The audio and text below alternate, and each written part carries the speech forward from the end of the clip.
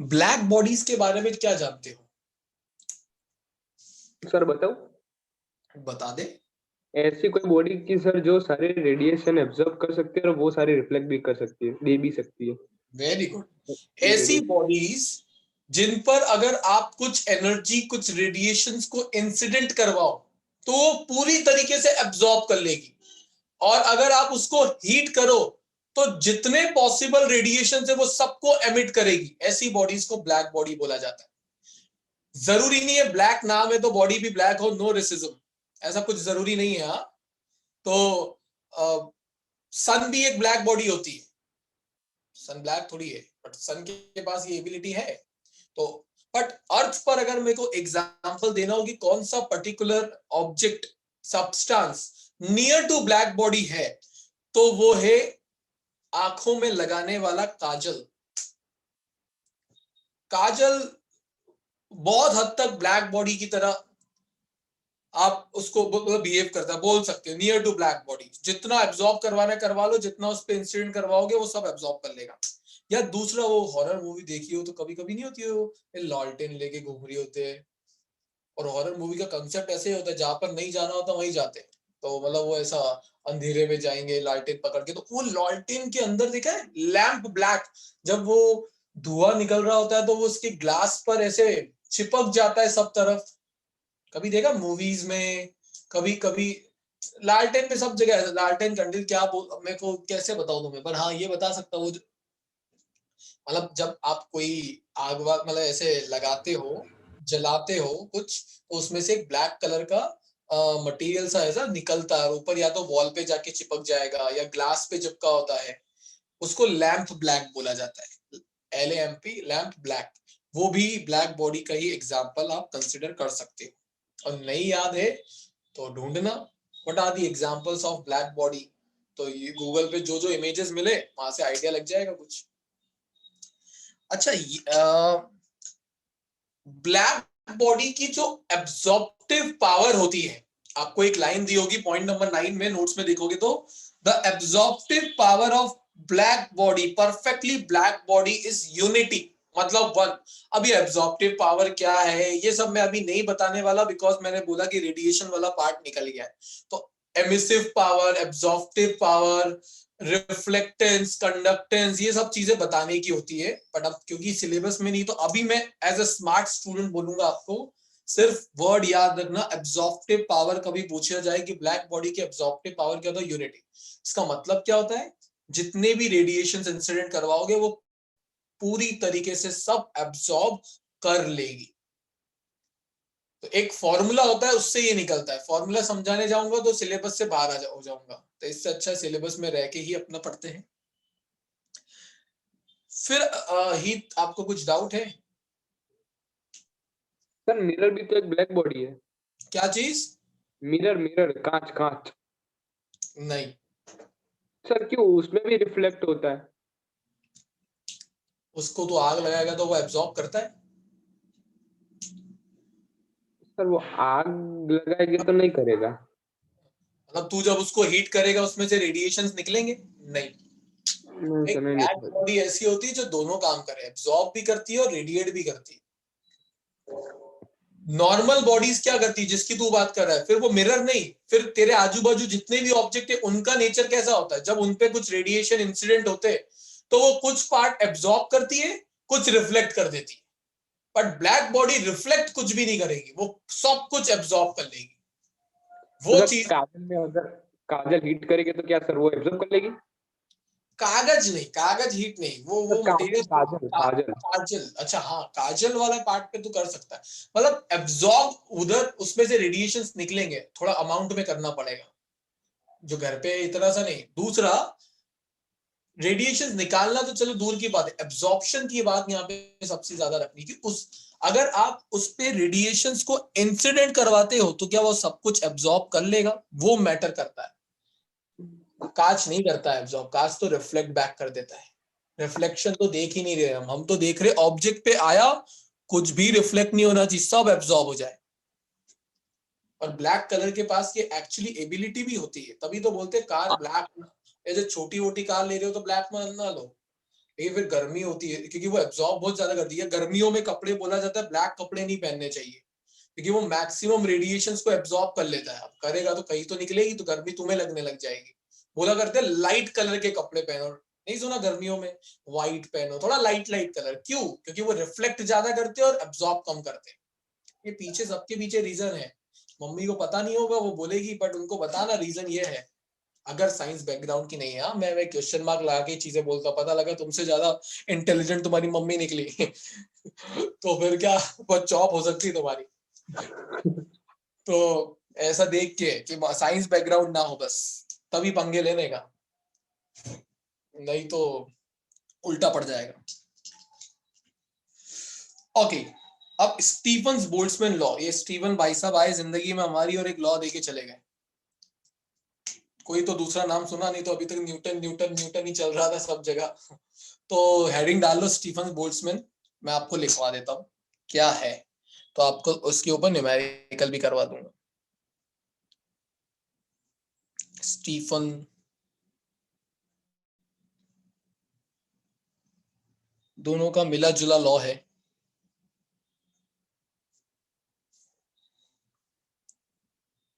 Chemistry में पढ़ते होंगे ना बोल्ट्जमैन कांस्टेंट, आया कि नहीं आया? केबी करके कुछ आता है। नहीं आया हो तो फिर फिजिक्स में आएगा, 13 चैप्टर की क्लास अटेंड करो, उसमें मिल जाएगा। सबसे पहले ये लॉ मैं लिखवा रहा हूं ब्लैक बॉडी के लिए। For black body dq by dt, dq by dt क्या है? Rate of radiation, rate of radiation मतलब कितनी अमाउंट ऑफ हीट पर यूनिट टाइम निकल रही है, रेट ऑफ रेडिएशन। वो किस पर डिपेंड करता है? तो स्टीवन भाई साहब ने बोला एक्सपोज्ड एरिया पर। मतलब जितना एरिया आप हीट कर रहे हो उतने एरिया में से रेडिएशंस निकल रहे होंगे। तो जितना ज्यादा बड़ा एरिया हीट अप करोगे उतने ज्यादा ही रेडिएशंस निकलेंगे। मेरा, रुक जाओ यार, स्पॉटलाइटेड ही है ना वीडियो में आप सभी के लिए? नहीं है? ऐसे कैसे यार?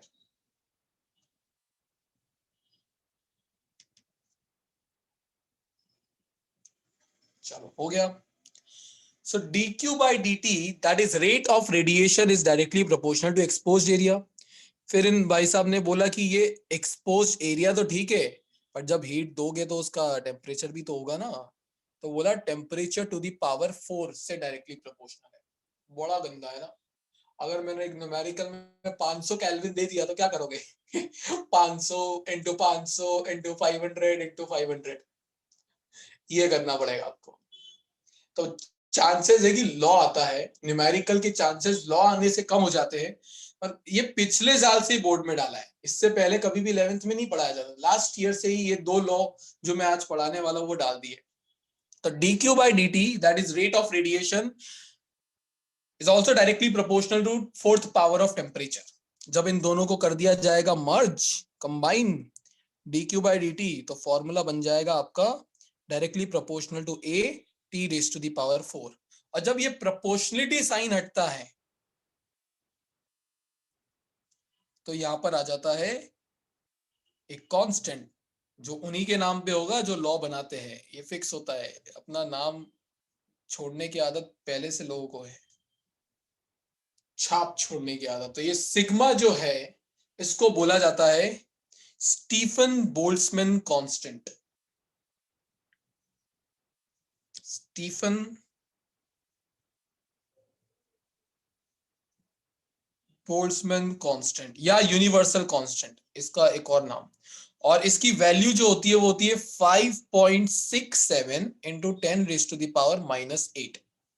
याद रखने का तरीका 5678, 5.67 into 10 raise to the power -8 पर ये याद रखने का तरीका है। सिर्फ इतना मत याद रख लेना 5678, सब गलत हो जाएगा। थर्ड वाले चौथे को भाई 10 की पावर में भी भेजना है, तो ये फॉर्मूला बन जाता है। अब मुझे कोई यूनिट बताएगा इसकी, इस फॉर्मूले से क्या होगी? और ऐसे बता, चैट के थ्रू मत, कोई भी मत बताना, चैट के थ्रू नहीं, मुझे हैंड रेस करो, मैं पूछ लेता हूँ। ही यार तुझसे बहुत बात कर ली, दूसरों को मौका दे। रिया, रिया ने भी हैंड रेस किया है।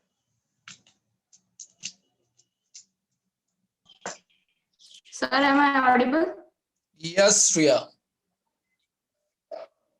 Sir, शायद joules per second joules per second per meter square per metre square को चलो ऊपर लिख देता हूँ -2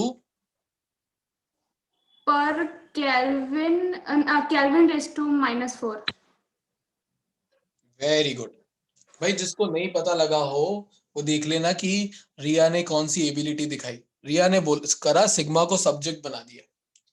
जैसे ही उसने सिग्मा को सब्जेक्ट बनाया तो ए और टी इधर चले गए होंगे।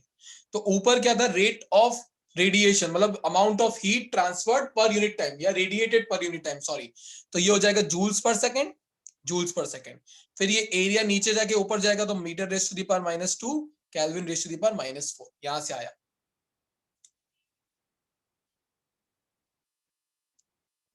क्लियर है? किसी को इसमें कोई डाउट जो मैंने लिखा? नोट्स में लिख के रखना, मैं नोट से थोड़ा लिखा नोट्स में भी ऐसे, पर मैं अलग तरीके से लिखवा रहा हूँ कि थोड़ी आपको फीलिंग आए, क्योंकि वहां पर क्या सब स्टेटमेंट में डाल दिया है। वो प्रॉब्लम था कि जब न्यूमेरिकल आता तो फंस जाते हैं।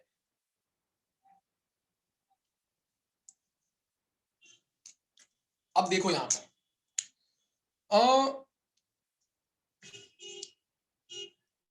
कभी कभी क्वेश्चन में पावर निकालने के लिए बोल दिया जाता है, पावर निकालो।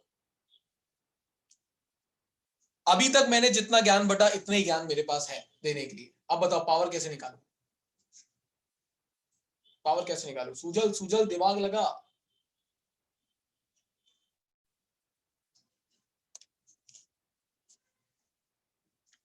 कैसे निकाले पावर? कैसे कैसे कैसे निकाले पावर? सोचो सोचो सोचो। फॉर्मूला तुम्हारे सामने है, हाँ सब कुछ निकाल रखा है मैंने, बस तुम्हें नजरिया बदलना है। अगर पावर का फॉर्मूला पता है तो थोड़ी चीजें सॉर्टेड होते हुए दिखेगी। चैप्टर 6 में पढ़ा है, चैप्टर 9 स्टैंडर्ड में पढ़ा है। ऐसा थोड़ी पहली बार सुन रहे पावर। लोगों को दिखाई भी होगी, लोगों की देखी भी होगी पावर।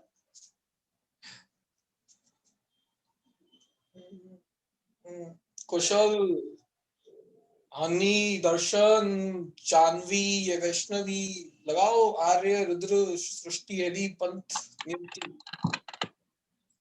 अरे नॉक सर नॉक कर। हाँ हीट। सर ये डेल्टा डी क्यू क्या बताया आपने? डी क्यू इज हीट, तो डी क्यू भी हीट ही होगा, और कुछ नहीं होने वाला।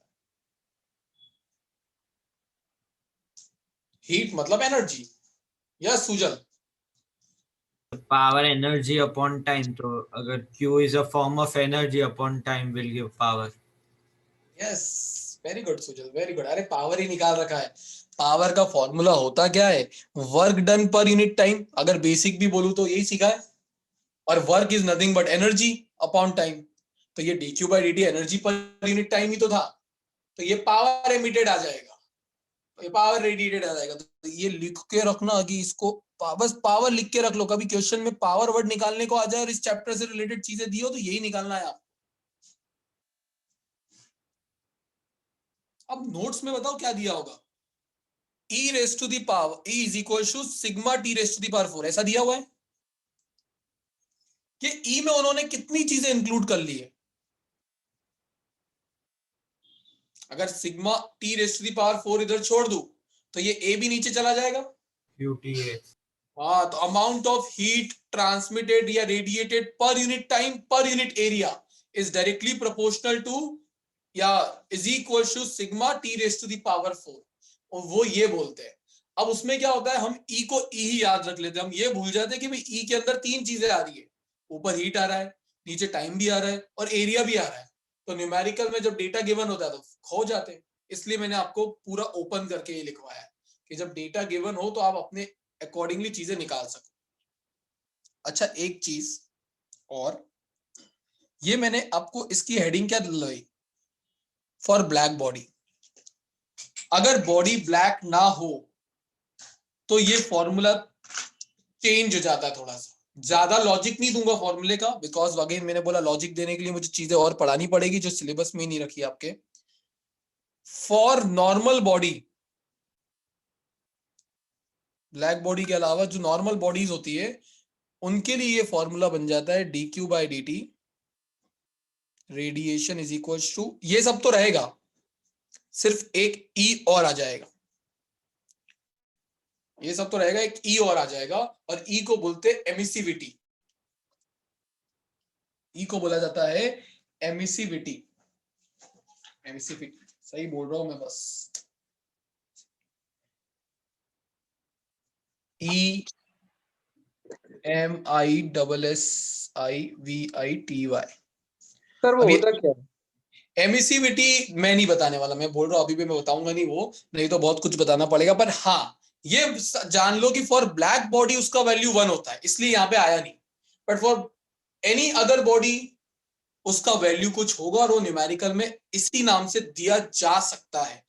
समझना है मैं अलग से बता दूंगा, अलग से आप सीख लेना, बहुत सारी चीजें पढ़ानी पड़ती है, बहुत बड़ा टॉपिक होता है रेडिएशन। सर और वो अभी हाल के लिए आधी अधूरा ज्ञान होता है हानिकारक, तो इससे सर अच्छा वो ई उतना। एब्जॉर्प्टिव पावर है? क्या क्या बोल रहा है? सर वो एब्जॉर्प्टिव पावर है, वो ई आपने बताया वो? सॉर्ट ऑफ और भी इंफॉर्मेशन देनी पड़े मुझे, बट अभी मैं वही बोल रहा हूँ, मैं आधी अधूरी दूंगा ना उससे तुम और कुछ मीनिंग निकालो, इससे अच्छा देने का अभी नहीं। अभी एग्जाम पॉइंट ऑफ व्यू से मैं क्लास में ले रहा हूँ, अलग से बैठेंगे। देखो मैं पूरा सेशन जब सिलेबस खत्म हो जाएगा, तेरे पास एक्स्ट्रा पढ़ने का टाइम हो या जिसके पास भी हो, आना बता दूंगा। अभी यार सिर्फ एग्जाम पॉइंट ऑफ व्यू से बता रहा हूँ, क्योंकि न्यूमेरिकल में ऐसा दे दिया जाता है, फिर स्टूडेंट खो जाते हैं। अच्छा ये तो मैंने बताया रेट ऑफ रेडिएशन, कि बॉडी को जब आप हीट करोगे तो बॉडी में से रेडिएशंस निकलते हैं, पर जब बॉडी को आप रेडिएशन सप्लाई करोगे, इंसिडेंट करवाओगे, तो वो एब्जॉर्ब भी करेगी, वो प्रोसेस भी साथ में हो रही होती है। तो अगला फॉर्मूला जो मैं लिखवाऊंगा, जगह नहीं है, वो है एब्जॉर्प्शन वाला। तो डायग्राम मस्त बनाया ना, देखो है ना मस्त, अगले साल पढ़ोगे तो कंपाउंड माइक्रोस्कोप। सर यही पेज अगले साल के लिए रखना। अरे नहीं यार, ऐसे तो मैं ये चीज एक्चुअली 4 बार पढ़ाता हूँ 4 क्लासेस में, 4 डायग्राम अलग से वैसे ही बन जाते हैं। 12th की 4-5 बैचेस हैं, ऑनलाइन में भी सोचो 4-5 बैचेस चला रहे हैं। मेहनत देखो हमारी कितनी है। 100 बच्चों को बिठा सकता हूँ मैं क्लास में, फिर भी नहीं बिठाना हमको 30 ही है, तो वो 4-4 बैचेस 5-5 बन जाते हैं।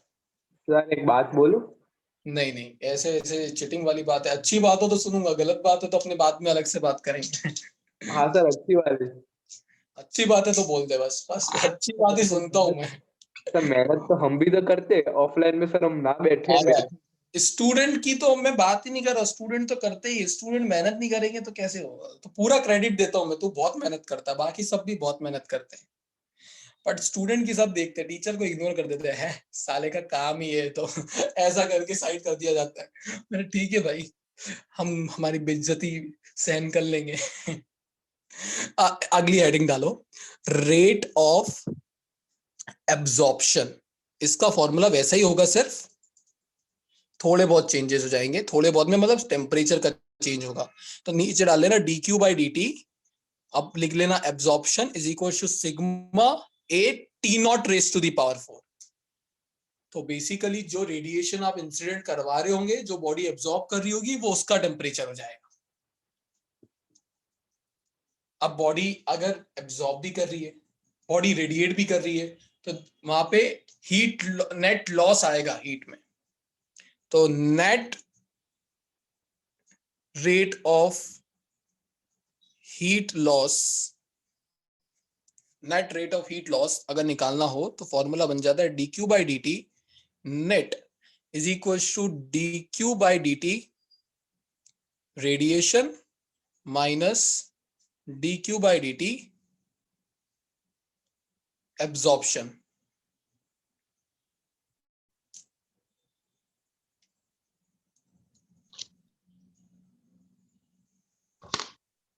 अच्छा इसको अभी यार थोड़ा मैंने बॉक्स तो बना दिया, पर इसको dq by dt रेडिएशन का वैल्यू आया था sigma a t raise to the power 4 और इधर आया था sigma a t not raise to the power 4। Sigma a आ जाएगा कॉमन, ब्रैकेट में आ जाएगा t raise to the power 4 minus t not raise to the power 4। बहुत गंदी वैल्यूज है। हाँ सिग्मा अभी t की वैल्यू दे रहे केल्विन में आएगी 200 300 400 275 केल्विन ऐसे ऐसे, तो वो पावर 4 करते करते पेपर खत्म हो जाएगा आपका। ऐसा हो सकता है, इसलिए ऐसे क्वेश्चन में बताओ स्मार्टनेस क्या करनी होती है।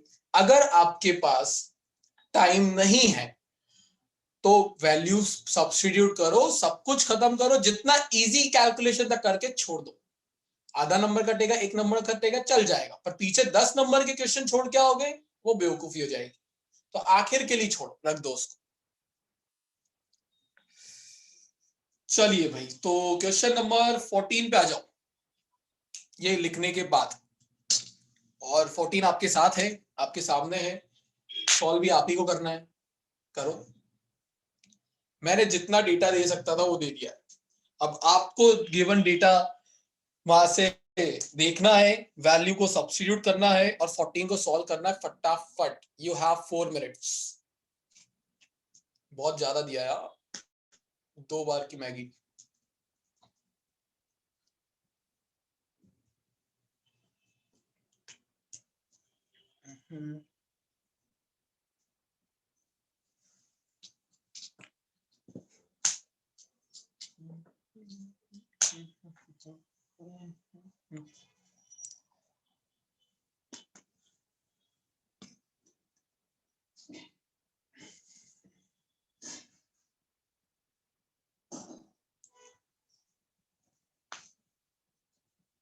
ऑनलाइन में तुम ही तो बोल रहे थे, ऑनलाइन में तुम इतने सिंसियर होके पढ़ लिए, तुम में से इतने, ऑफलाइन में तो तुम आग लगा दोगे और हम तुमसे लगवा भी देंगे, इतना हमको भी भरोसा है। आओ नेक्स्ट ईयर मजा करेंगे। लिटरली वाली वो वाली आग नहीं, एक्चुअली पढ़ने वाली। ऑनलाइन में तो तुमने इतना सहन कर करके पढ़ लिया है, तो ऑफलाइन में तो मजा आएगा जब क्लासेस चालू होगी। चालू हो तो ना, होगी होगी, वैक्सीन आ जाए, मतलब लग जाए। आ तो गई। दोनों चीजें मैटर करती है, आना लगना और लगने के बाद बच जाए हम, तो सब मैटर करेगा।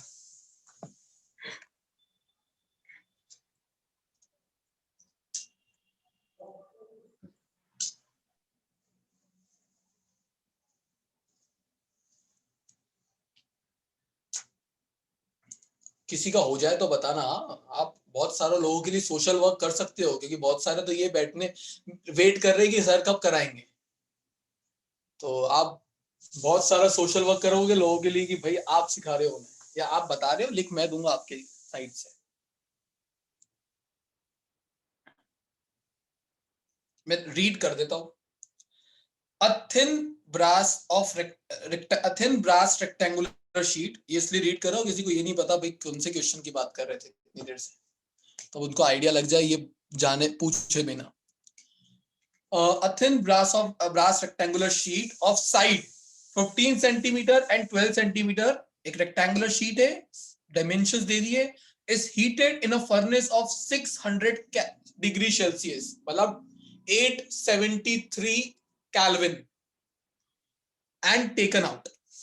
Now, how much electric power is needed to maintain the sheet at this temperature, given that its emissivity is 0.250, neglect heat loss due to convection? अभी कन्वेक्शन वाला पार्ट एक्चुअली पढ़ाया नहीं मैंने, सेकंड पॉइंट था session का, but syllabus में नहीं है तो भूल जाओ क्या है। स्टीवंस बोल्ट्जमैन कांस्टेंट दिया हुआ है, निकाल देने का है पावर, कितना पावर मेंटेन रखना पड़ेगा। दक्ष मुझे हेल्प करेगा, जल्दी कर दे दक्ष, ये आंसर तू ही देने वाला है। यस सर, पहले तो हम एरिया फाइंड आउट करेंगे जो 15 into 12 होगा। वेरी गुड, तो मैं अरे रुक लिखवाते ही जाना। 15 into 12, ये जो भी एरिया आएगा वो सेंटीमीटर स्क्वायर में आएगा, तो 15 into 12 into 10 raised to the power -4 करूंगा तो मीटर स्क्वायर में कन्वर्ट हो जाएगा। अच्छा करना पड़ेगा, मतलब ऐसा ही करना तो पड़ेगा ना यार, तो बाकी सबको अगर ऐसा ही में लेगा तो उसको कैसे तू छोड़ सकता है, ऐसा करेगा तो छोड़ेगा। बाद में सर टेम्परेचर हमको 600 + 273 लेंगे। तो टी का वैल्यू दे दिया आपको 873 केल्विन, केल्विन। और सर ई दे दिया हुआ है 0.25 0.25, और बोल्ट्जमैन कांस्टेंट भी दिया हुआ है 5 वो नहीं भी दिया हो तब आपको याद रखवा दिया है मैंने। यस। तो सर हम अभी डायरेक्ट फार्मूला में सब कुछ रख देंगे तो आंसर आ सिंपल, देखो कितना इजीली बता दिया, फॉर्मूले में सब्स्टिट्यूट कर दो सर, आंसर आ जाएगा। तो पावर का फॉर्मूला या वो जो मैंने आपको बताया था अभी हाल, तो power is equals to dq/dt, वही पावर बन जाएगा आपका, वो हो जाएगा आपका सिग्मा या E sigma A T raise to the power 4। कितना इजी है, 4 चीजें मल्टीप्लाई कर दो, बस पावर वावर को आपको ध्यान रखना है, कैलकुलेशन करो पता लगेगा, है ना दृष्टि?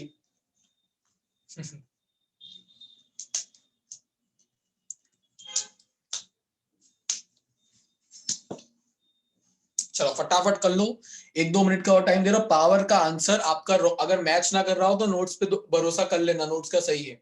हाँ, ऐसा मत सोचना नोट्स का गलत आ रहा है, मेरा ही है जो फाइनल आंसर होगा। तो नोट्स का आंसर वो सही है, थोड़ा बहुत अप्रोक्सीमेट करो तो आपका ऊपर नीचे हो सकता है, बट ऑन एन एवरेज उसके आजू बाजू आने के चांसेस है।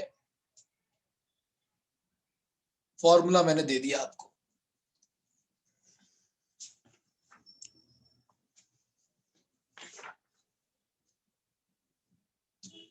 आंसर मैच ही नहीं हो रहा, बहुत दूर आ रहा है। बहुत ज्यादा दूर आ गया, Yes, sir. कितना दूर आया?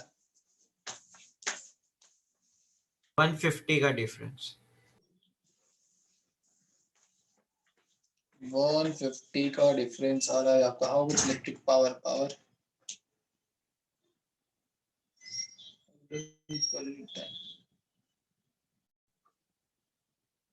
आना तो नहीं चाहिए, पर अब मैंने खुद ने सॉल्व एक टाइम पे किया था तब तो मेरा आंसर आया था, तब आंसर तब तक अब तक चेंज तो नहीं होना चाहिए था। पर ठीक है, फॉर्मूला यही है, मैं एक बार क्लास के बाद देख लूंगा तो अगर कोई चीज। 49 का डिफरेंस आ रहा है। सब अपने डिफरेंस भी अलग अलग बता रहे हो, ये ओपिनियंस के भी डिफरेंस आ रहे हैं यहाँ तो।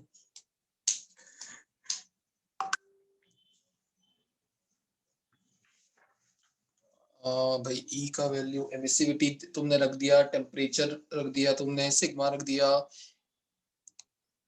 ए बी रख दिया।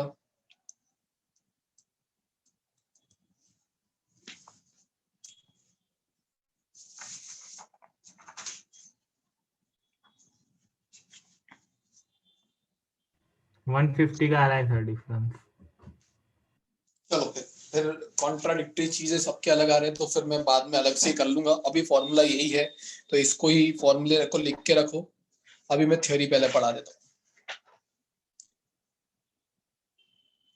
Last theory of chapter number 11,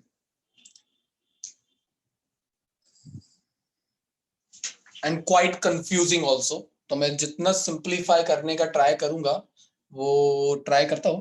नाम है veins displacement law.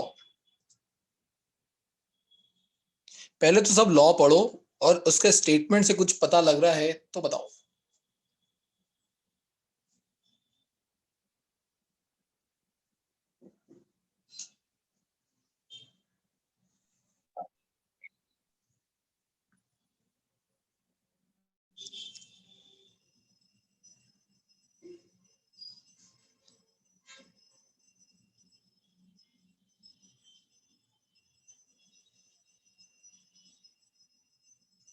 Yes Sujal. Statement में ये है कि जो एनर्जी की जो वेवलेंथ होगी वो मैक्सिमम तब होगी जब टेम्परेचर मिनिमम होगा।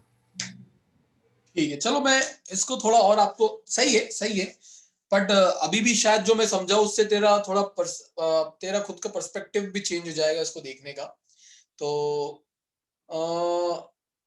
देखते हैं क्या करते हैं, एक ग्राफ से समझते हैं। वेन्स डिस्प्लेसमेंट लॉ में ये जो वेन्स भाई साहब थे, इन्होंने ग्राफ के थ्रू ये चीजें कंक्लूजन निकाला। इन्होंने ग्राफ बनाया, जो बॉडी को हीट करने पर बॉडी की एनर्जी निकलती है, जो रेडिएशंस निकलते हैं वो एनर्जी, और हर रेडिएशन हर एनर्जी के करस्पॉन्डिंग उसका कुछ वेवलेंथ होता है। आपको पता है, अगर केमिस्ट्री में आपने डिब्रोगली वाला पार्ट पढ़ा हो, जिसका एक्चुअल प्रोनाउंसिएशन डिब्रोगली नहीं डिब्रॉय होता है, तो E is equals to HC by lambda वहां पर आपको बताया गया होगा, है ना। तो हर एनर्जी के करस्पॉन्डिंग कुछ वेवलेंथ होती है। तो ऐसे स्पेलिंग डिब्रोगली होती है, बट प्रोनाउंस उसे डिब्रॉय किया जाता है, डिब्रॉय। तो याद रख सकते हो।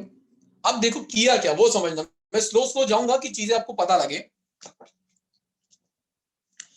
मान लो कि एक ऑब्जेक्ट है, उसको हीट किया जा रहा है और टेम्परेचर रखा 1000 केल्विन। जब उसको हीट करने का टेम्परेचर रखा 1000 केल्विन, तो इससे अलग अलग एनर्जी रेडिएशंस निकल रहे होंगे, अलग अलग, और हर रेडिएशन हर एनर्जी की वेवलेंथ अलग अलग होगी। तो एक ग्राफ बनाया इन्होंने,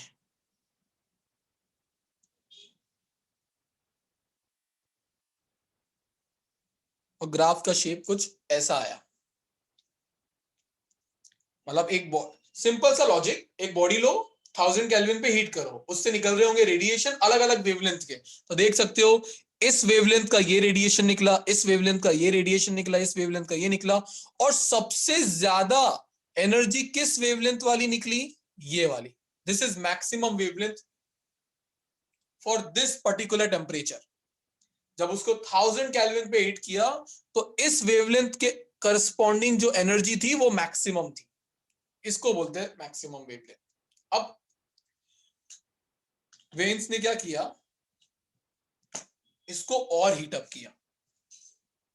और हीटअप करने का मतलब क्या था, और रुको यार मेरा एक स्केच पेन मुझे मिल गया। इसका टेम्परेचर कर दिया 2000 केल्विन।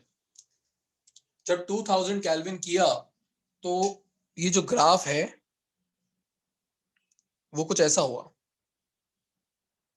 मतलब अब इस वेवलेंथ की ये वाला रेडिएशन था, इस रेडिएशन की ये वाली वेवलेंथ है। अब आप देख सकते हो जो एनर्जी मैक्सिमम है उसकी वेवलेंथ थोड़ी शिफ्ट हो गई है टुवर्ड्स लेफ्ट। तो इस ये नाम में जो डिस्प्लेसमेंट है ना, ये यहां से आया था कि जब उन्होंने टेम्परेचर को बढ़ाया, तो जिस वेवलेंथ का रेडिएशन सबसे ज्यादा निकल रहे थे बॉडी से, वो वेवलेंथ ही शिफ्ट हो गई टुवर्ड्स लेफ्ट। उन्होंने चलो और टेम्परेचर बढ़ा के देखते हैं, तो उन्होंने इसका टेम्परेचर थोड़ा और बढ़ाया, और बढ़ा के कर दिया 3000 केल्विन।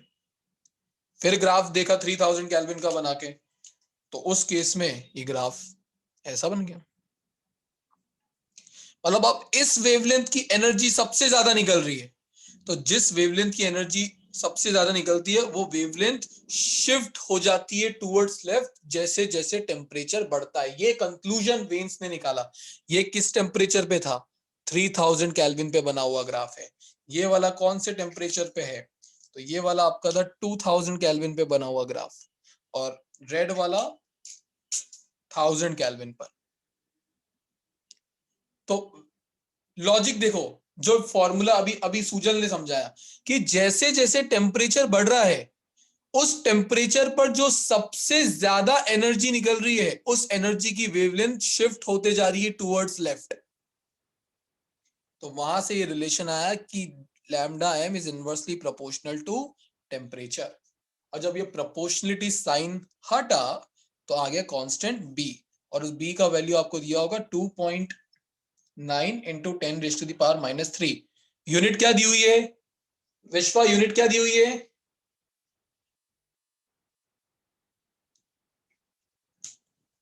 विश्वा पटेल, नोट्स में से देख के बतानी, यूनिट क्या दी देख के बतानी।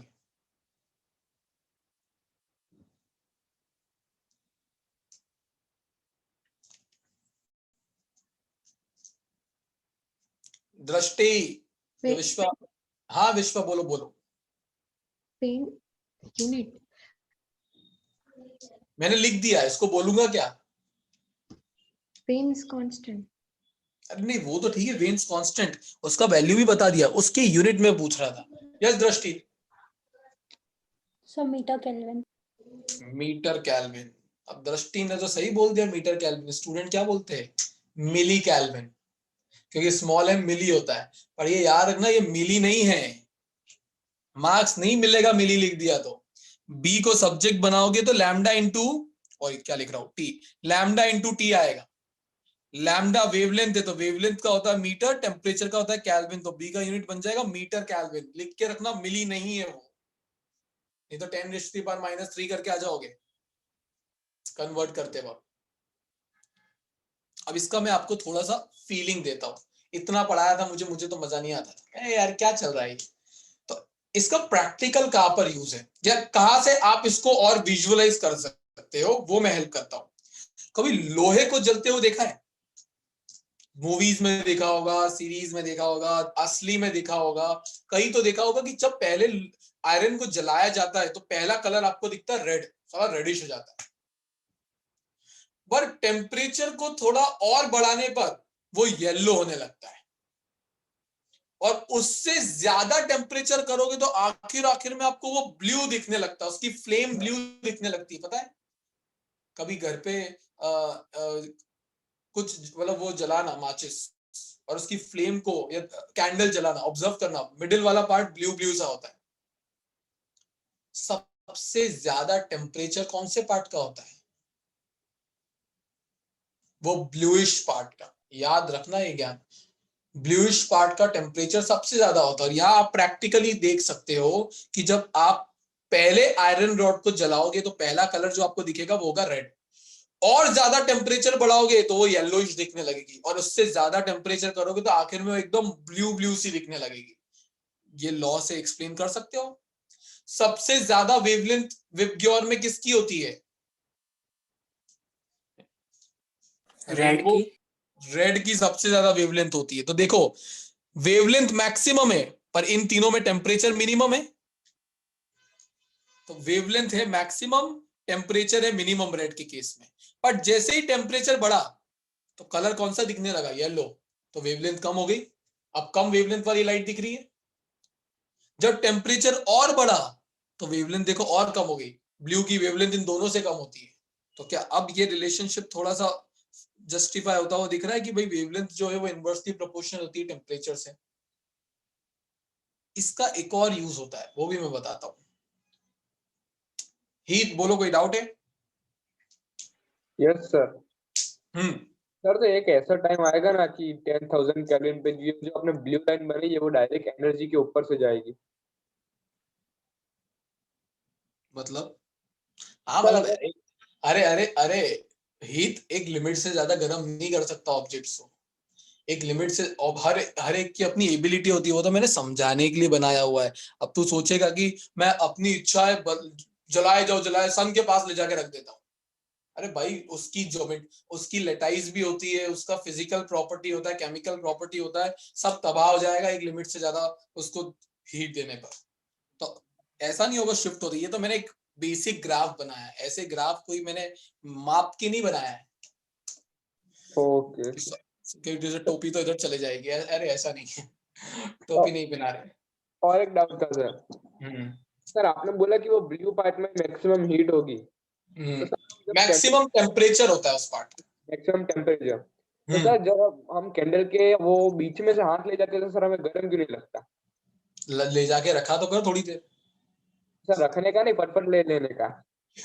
अबे ऐसे तो ले जाके रख, तेरे को आइडिया लगेगा। तू तो बोल रहा है कि सर एम ऑडिबल ना? Yes sir. हाँ, ऐसा है कि तू बोल रहा भाई ये डाल दिया, अरे ऐसे तो फ्लेम है ना, छोटी सी, फर्क नहीं पड़ता है, बट बीच में ले जाके रखना। सबसे ज्यादा टेम्परेचर ब्लू वाले रीजन का पाया जाता है।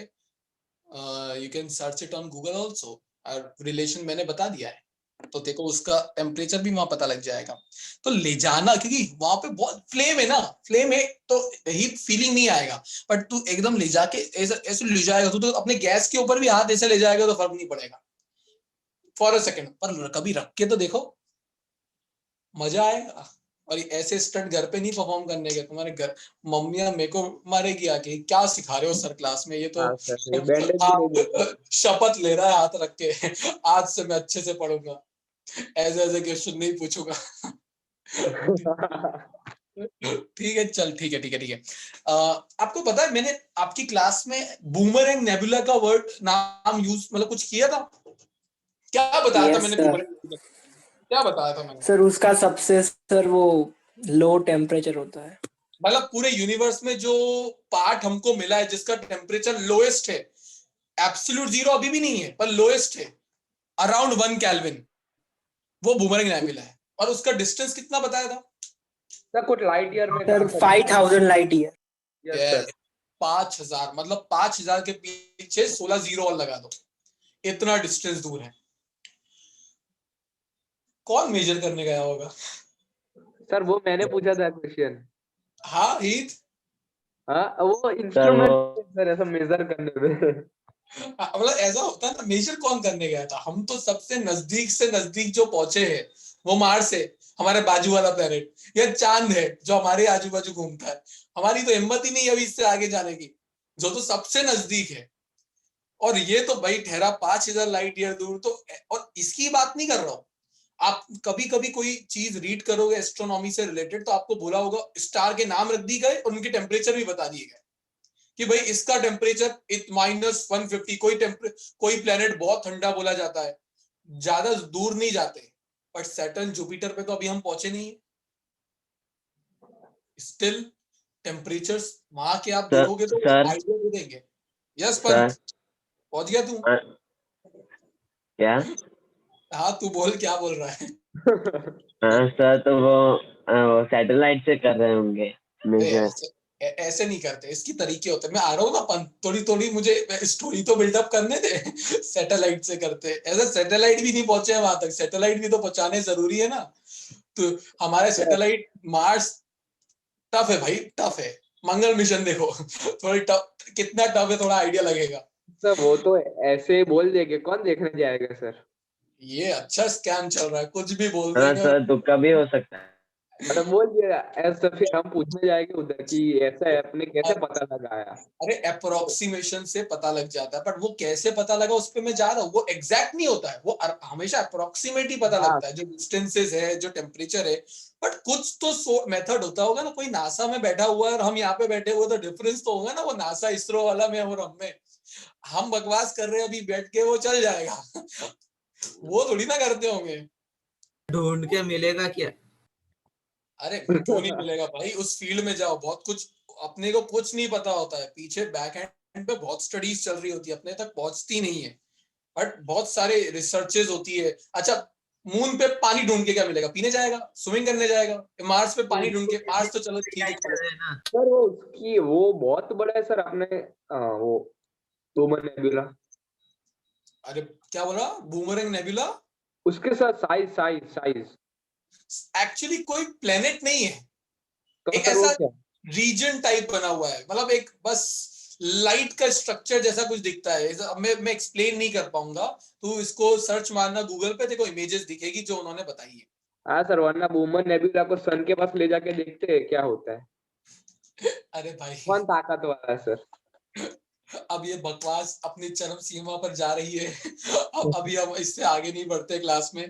पॉइंट पर आता हूँ, हर प्लेनेट से, हर स्टार से लाइट्स निकल रही होती, लाइट आ रही होती है यहाँ पर।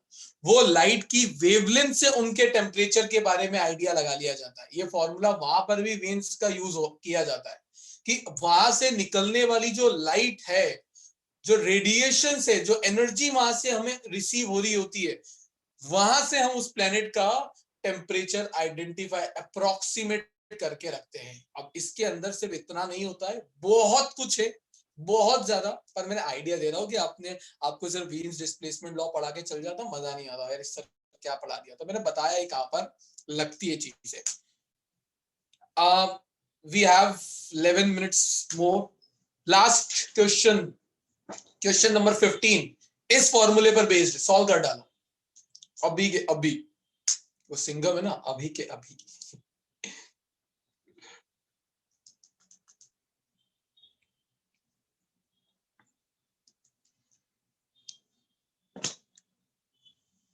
डन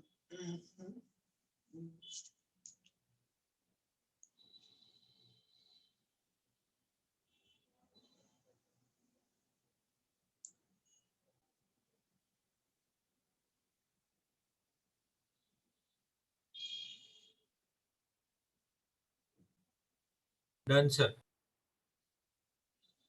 डन, आंसर आ गया इसका तो। Yes sir. ऑलराइट भाई, आंसर एंगस्ट्रॉम में है, तो आप जब ये सब ऐसा ही में रखोगे तो 10⁻⁻10 जैसा चीज आखिर में बच रहा होगा। और इन्होंने वेन्स कांस्टेंट का वैल्यू जो दिया हुआ है वो सेंटीमीटर में है, तो सेंटीमीटर में ना रख के उसको मीटर में रखना, और सेल्सियस को केल्विन में, विच इज 1500 शायद। यस। इस सेशन के आपको क्वेश्चन नंबर 1 करना है, टिक कर लो for exam point of view. 1 कर लो, 4 कर लो, और एप्लीकेशन बेस्ड में 8 कर लो।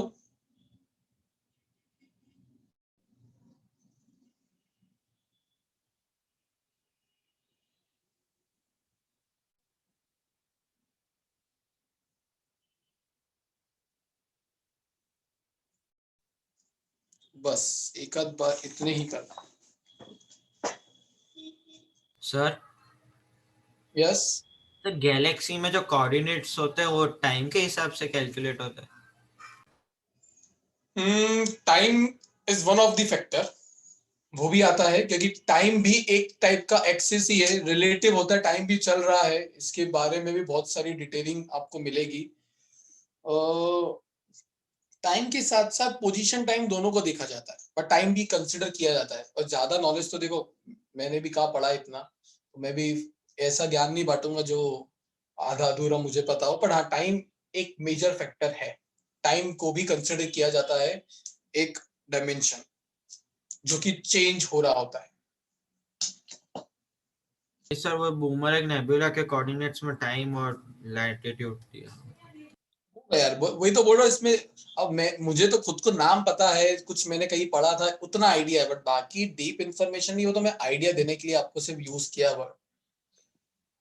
ऑलराइट, देखो अब